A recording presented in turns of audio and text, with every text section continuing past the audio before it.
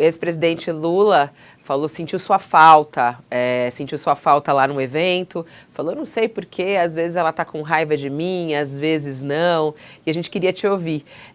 Por que não foi, não apoia Lula neste momento ainda, ou já está pensando em apoiar, ministra? Bem, em primeiro lugar, vamos colocar o que está acontecendo em relação à parte da rede, que é uma parte relevante, significativa, como você acabou de mencionar. Temos ali o senador Randolfo, o deputado Túlio, a deputada Joênia, a maior parte da direção da rede. Mas a rede é um partido que não trabalha com a ideia do centralismo democrático, não é um partido verticalizado. Então, como tem uma parte que já está apoiando Ciro Gomes, como é o caso da nossa querida porta-voz Heloísa Helena e outros membros do partido, e uma parte que ainda está fazendo o debate. Inclusive, eu ainda estou fazendo esse debate. E no caso que a rede encontrou como caminho, foi liberar os seus dirigentes, os seus militantes e também os seus parlamentares, até porque alguns deles, mesmo antes dessa decisão ser tomada, já haviam declarado apoio ao presidente Lula, como é o caso do nosso senador Randolfo Rodrigues, que declarou apoio e já se integrou à coordenação de campanha do ex-presidente Lula.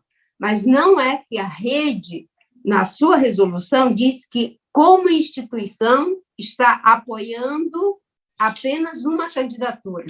Ela liberou para os que apoiam Lula, ainda que seja a maioria, e para os que apoiam Ciro Gomes, no campo democrático popular. Essa foi a resolução da rede. E o debate está posto. Quanto à surpresa do ex-presidente Lula, eu tenho absoluta certeza de que ele não deve ter sido brifado de que eu estivesse lá. E eu, como disse já anteriormente, fiquei surpresa com a surpresa dele, porque o diálogo não é uma questão de raiva de acordo com os humores emocionais. São divergências políticas, é assim que elas devem ser tratadas.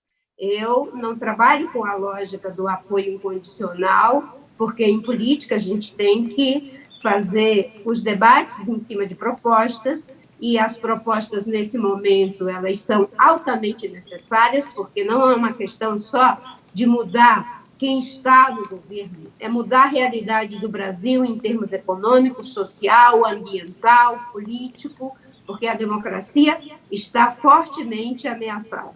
Na democracia, a gente dialoga mesmo com os diferentes, mas não podemos ter a expectativa de desqualificar o debate em torno apenas de uma questão do bem e do mal. Nesse momento, nós temos que firmemente defender a democracia. Bolsonaro nunca mais, o Brasil não aguenta mais 4 anos de Bolsonaro, temos que ter esse senso de responsabilidade, e exatamente por isso é que vamos precisar de todo mundo, porque ele está se recuperando nas pesquisas e o Brasil precisa reagir em legítima defesa das instituições. Nós estamos vendo aí ele escapando, inclusive, os ataques antidemocráticos ao Supremo, à sociedade brasileira, debochando da Constituição, fazendo aquele induto da graça e assim por diante. Então, eu me disponho ao diálogo, mas é o diálogo em cima de uma agenda. Eu e o presidente Lula, da minha parte, não tem essa história de raiva e nem de mágoa. Eu já disse, inclusive aqui, quando ele ficou com câncer, eu o visitei, quando a dona Marisa morreu, nós nos falamos, meu pai morreu, nós nos falamos. Não é uma questão de mágoa, é divergência política.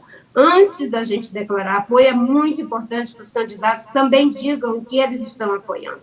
Não podem continuar apoiando, fazer empreendimentos como Belo Monte. Não pode continuar apoiando o uso da violência política como estratégia de chegar ao poder. E quando eu digo isso não por questão pessoal, mas porque isso diz respeito ao interesse público.